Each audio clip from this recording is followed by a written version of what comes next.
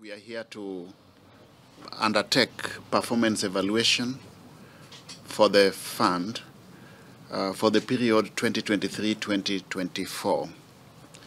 You did sign a contract for that period with very, very clear interventions, the programs and activities that you intended to undertake.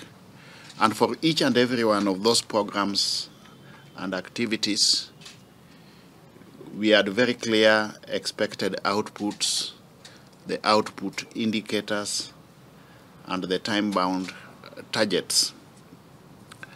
Those commitments were geared towards ensuring that there is growth and retention in the level of contributions.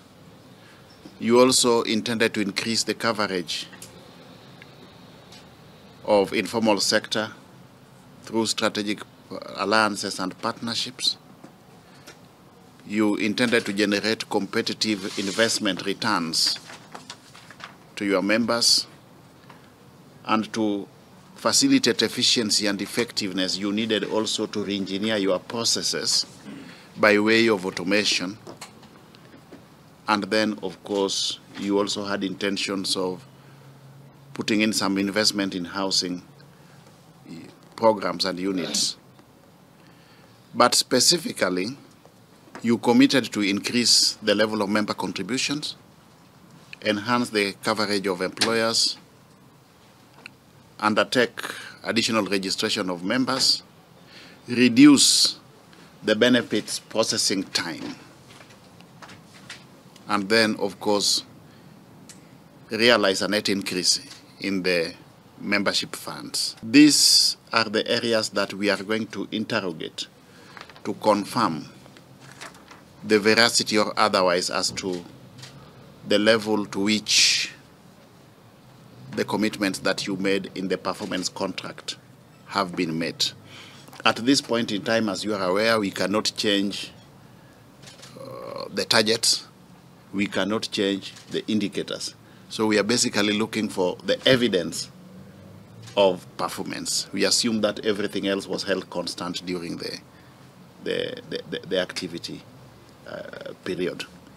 As you are aware, NSSF is one of the institutions which is public-facing by way of the services that you provide.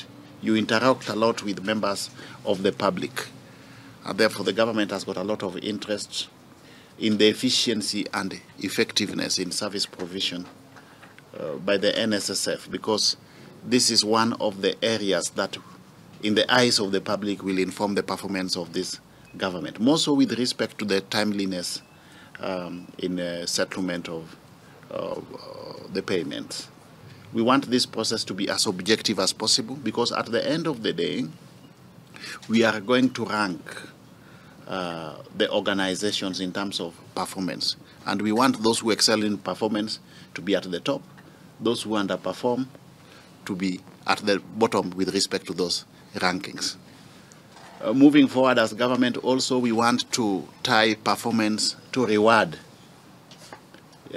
Performance appraisal will no longer be a ritual which is just undertaken as a routine. Those organizations which excel in performance will attract reward and recognition by the government. Those which are perpetual underperformers will also be allowed to die their natural deaths. We are not going to have a situation where we keep on pumping money from the exchequer to organizations which are not realizing their mandates. So that's the direction that we are taking. We are tying reward management to performance management. Thank you.